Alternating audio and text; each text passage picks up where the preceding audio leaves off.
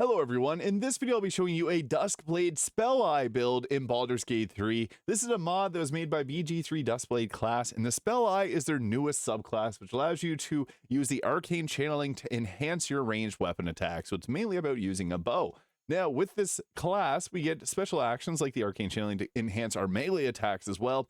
And the class features the Armored Mage. Your training allows you to channel arcane power when wearing light armor or medium. You can channel arcane power to enhance your defense. You can add up to half your intelligence modifier rounded up to your armor class. And for cantrips that will be selecting at level 1, Moving Blade is honestly the best choice here.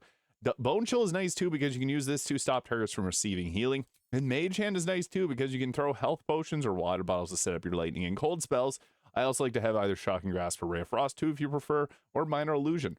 And for our ability scores, I would recommend having at least 16 dexterity and 16 intelligence. So 16 dexterity, 14 constitution, 16 intelligence, 10 wisdom and charisma.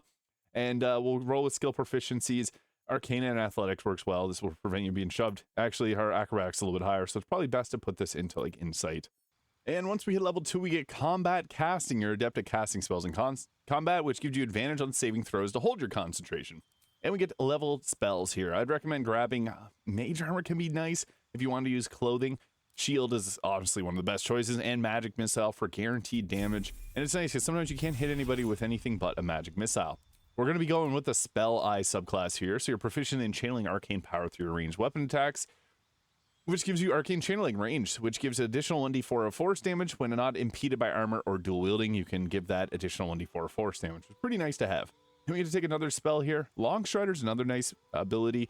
Chromatic Orb, Find Familiar can even be good, but I'm going to go with Thunder Wave there. Now, this build will also be for level 20, but you can go to level 12. It's just this has level 20 abilities, so I'll be showing off all of that as well, but you can also just do level 12. And at level 4, we get another cantrip here, so I'd recommend grabbing even Firebolt can be nice to explode things, but Ray of Frost is another nice one. And for the spells, we get access to level 2 spells now, and it's very tempting to take Shadow Blade because it's so strong. But Misty Step is good too for that extra movement and mobility. And I think Hold Person is possibly the best choice here. You can hold enemies still and get critical hits in on them. And we can also go with Mirror Image to increase our armor class by 9. Darkness is not a bad spell as well, but I think Hold Person works best here. And for our feat, I would actually recommend going with an intelligence improvement here. This is going to give us a better armor class eventually, but better spell casting as well. Level 5, we get the extra attack. We get Quick Cast. You've honed a fusion of arcane power and martial techniques. After you cast a spell, you can make a free weapon attack. That's pretty good. And we can also grab some more powerful spells like Scorching Ray here. That's not a bad one for just the consistent damage that it brings. And also the Hat of Fire Acuity will give you a massive stack of arcane acuity from that. Level 6, we get Spell Power. You can channel arcane power to easily overcome magical defense. Any opponent you hit with arcane channeling has disadvantage on their saving throws against spells you cast before the end of your next turn. So using that arcane channeling, we can enhance our spells quite a bit. Disadvantage means that we're very likely to land our spells. Now, Misty Step can be really good. Again, as mentioned, it's super useful for the mobility. If you want to go in on Shadow Blade, this is going to be the most powerful version of this build, so that's what we'll take. It also gives you advantage on your attack rolls in darkness or lightly obscured. Misty Step, otherwise, if you don't like Shadow Blade, Shadow Blade's the strongest spell in the game. Level 7 gives us the subclass feature Arcane Vision. You can see normally in darkness, both magical and non-magical to a distance of 18 meters. This is crazy because magical darkness is the darkness spell. On top of that, we can also use arrows of darkness to create pockets of darkness. Since we're an archer, that gives us a stealth option too. Getting darkness vision is crazy. I can't understate how powerful it is. And it's a subclass feature, so that's why I picked Shadow Blade there. We will use this, but you don't have to. So if you hate darkness, I get a lot of comments hating on that. You don't have to use it. It's just part of the subclass. Now, I'd actually recommend grabbing Counterspell as our first spell here. Now, we can use, once you get to Act 3, the Duelist Prerogative to give ourselves 2 counterspells per long rest, which is, per turn, which is really good. 2 counterspells is extremely effective. Level 8, we get access to another spell. Now, I would recommend Thunderbolt, Lightning Bolt, or Fireball for the extra damage. Although Haste can be pretty useful as well. I just think this gives you more range. And for the feat, I would recommend, again, go with an increase to our intelligence. However, Alert for the +5 to initiative is never a bad choice. And even Spell Sniper gives you increased critical hit chance with your cantrips. And also will give you Eldritch Blast, which is a really great cantrip to have. But we can just roll with the intelligence improvement here. Into level 9, we get choice of another spell. Fireball, Haste, even Glyph of Warding if you really like it. And Sleet Storm's not bad too to stop concentrations. Furthermore, we could also go with the Fear spell, which makes targets drop all their weapons, which is really nice because you can then grab them. Level 10 gives us the action Arcane Volley. Does 3d8 force damage when not impeded by armor or dual wielding. You can channel arcane power through a ranged weapon and deal additional 3d4 to all enemies in an area. I'll show off obviously all this in a moment. Firebolt is good, again, explode things. And then also Minor Illusion can be pretty useful too to group enemies together before combat starts. And we get access level 4 spells here. Ice Storm for the difficult. This will create difficult terrain with ice on the ground, which is super useful. This gives us a non-concentration crowd control, which can also be achieved by minor elementals by exploding them, or even using confusion for a bit of extra crowd control, but we want to have at least one option there. Level 11 gives us the Arcane Penetration. Your understanding of arcane channeling allows your spells and attacks to ignore resistances to force damage, which really isn't that common. Gortosh, I guess, you can counter him a little bit more freely at level 11, which is nice. And at this level, I'd recommend taking the minor elementals. If you don't like elementals, Confusion's a good one. Glyph of Warding, Haste. Those are some other spells you could go with. Level 12. This gives us a level 5 spell, with Cone of Cold being the absolute best to take here, because it's an 8d8 of cold damage in a range. It's super useful to take. We also get another feat at this point, and again, alert for the +5 initiative, or going with an increase to our dexterity to give ourselves a better armor class and initiative as well. Level 13 gives us the Arcane Channeling Wave when not impeded by all the above there. You can deal additional 3 to 12 force damage to all enemies in an area. It's just a cone. I'll show this one off. And then also we get access to level 5 spells again, with Conjure Elemental and Hold Monster being two of the absolute best. Conjure Elemental is just super useful. Level 14 gives us the subclass feature Arcane Ammunition. You've mastered fusing arcane power with ranged weapons. Whenever attacking with a ranged weapon, you can add your intelligence modifier and can ignore resistance to physical damage. Pretty nice. And then we'll take Hold Monster here for our next level spell. If you don't want that, Haste again is a good choice to go with. And once we get access to level 15, we get another level, or we get level 6 spells now, and this gives us Chain Lightning and Old Luke's Freezing Sphere. This is one of my favorite spells in the game because it creates a huge difficult terrain and it does a 10d6 of cold damage. If you have water set up, that's a potential of 120 damage. With Chain Lightning, that's 160 damage potentially, but Old Luke's Freezing Sphere can hit so many more enemies, so that's why we're going to go with that. And level 16 gives us then Chain Lightning, and it also continues to give us spell progression as well, which we'll get some more eventually here. At this point, you can go with the, I like Lucky too. This will give you 3 luck points, which is pretty effective to have. You could also go with the Tough Feat, which will give us 40 extra health, 2 per level. Warcaster was not useful here whatsoever because we already get advantage on Constitution saving throws, so that's one that normally works on casters but won't work here. If you want to use, I guess you can't really dual wield here, so crossbow expert's not great, but Sharpshooter is another good one for ranged weapon attacks, which will give us a +10 to our damage. So that can be pretty useful too, if you want to go with something like Sharpshooter. And then level 17 gives us access to, again, another leveled spell here. Globe of Invulnerability is probably the best spell to take here, but I'm going to go with Wall of Ice because I really like that spell, and they fixed it in patch 8. And then for level 18 here, we get a level 7 spell slot. We get the subclass feature Arcane Impairment. Your Arcane Volley has a chance of causing the target to be blinded, charmed, paralyzed, stunned, or put to sleep. Pretty crazy. Then we also get another spell here. We'll take Globe of Invulnerability. And we could even go with a Misty Step too. That's another good choice if you don't want to have the Globe of Invulnerability, which I guess you can take at this level here. And then we get ourselves our final feat here. So you could go with an increase to our dexterity, just give ourselves more armor class. Not a bad choice there. Or if you have any others that you prefer, we already got Sharpshooter. And level 20 gives us improved extra attack and the improved quick cast. So after you cast a spell, you can make 2 free weapon attacks. That's pretty crazy. So then again, we got like Haste for a spell. I also, since we got the ability to see in darkness, that's not a bad spell to have overall, because it powers up Shadowblade if you want to use Shadowblade. If not, Duelist Prerogative is the best weapon. Now, as you can see here, we got 29 armor class. That'll get boosted to 31 with if we have Haste on ourselves, and if we use the Mirror Image spell, that puts our armor class to 40. That's nuts. You don't have to do that, obviously, but this is with this specific gear. So I have the Wondrous Gloves, which gives a +1 armor class. Helldust Gloves are probably best because then our ranged weapon attacks will deal additional 1d6 fire damage, and we get a bonus to our spell save DC.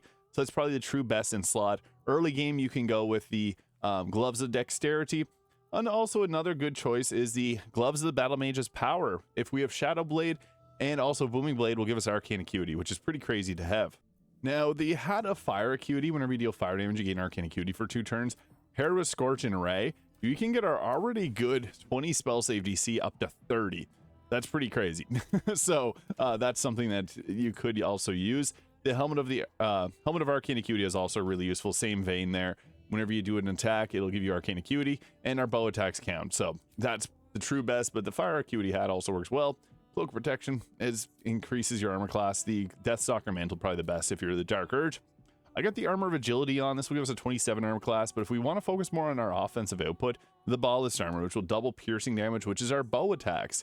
Or you could have a frontliner wear this, and that's going to be a good choice because then they can also apply that for you. And then I got the Helldust gloves as mentioned, evasive shoes, but you could also put on the boots of stormy clamor here, as we can apply conditions pretty easily and then knock targets prone.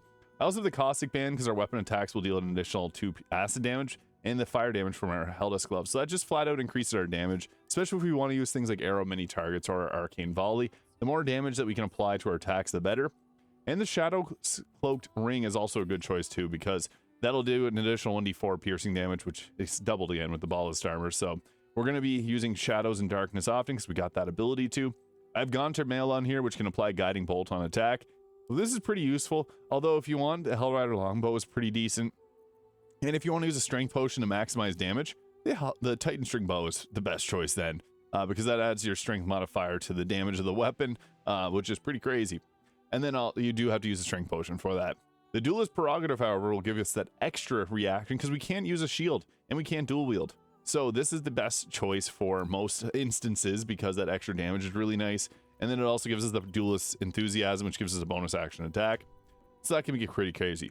But one thing I would recommend doing is grabbing a staff and then giving ourselves a free elemental. And I would recommend going with the water myrmidon used to be really good, but now it can't apply water. So air myrmidon or the earth myrmidon are our best choices. So we'll pop in one of these for free. And then since we're 200 IQ, we can also take the staff of spell power and do the exact same thing with our minor illusion or elementals there. So then we can pull in ice methods, the mud methods, your personal preference.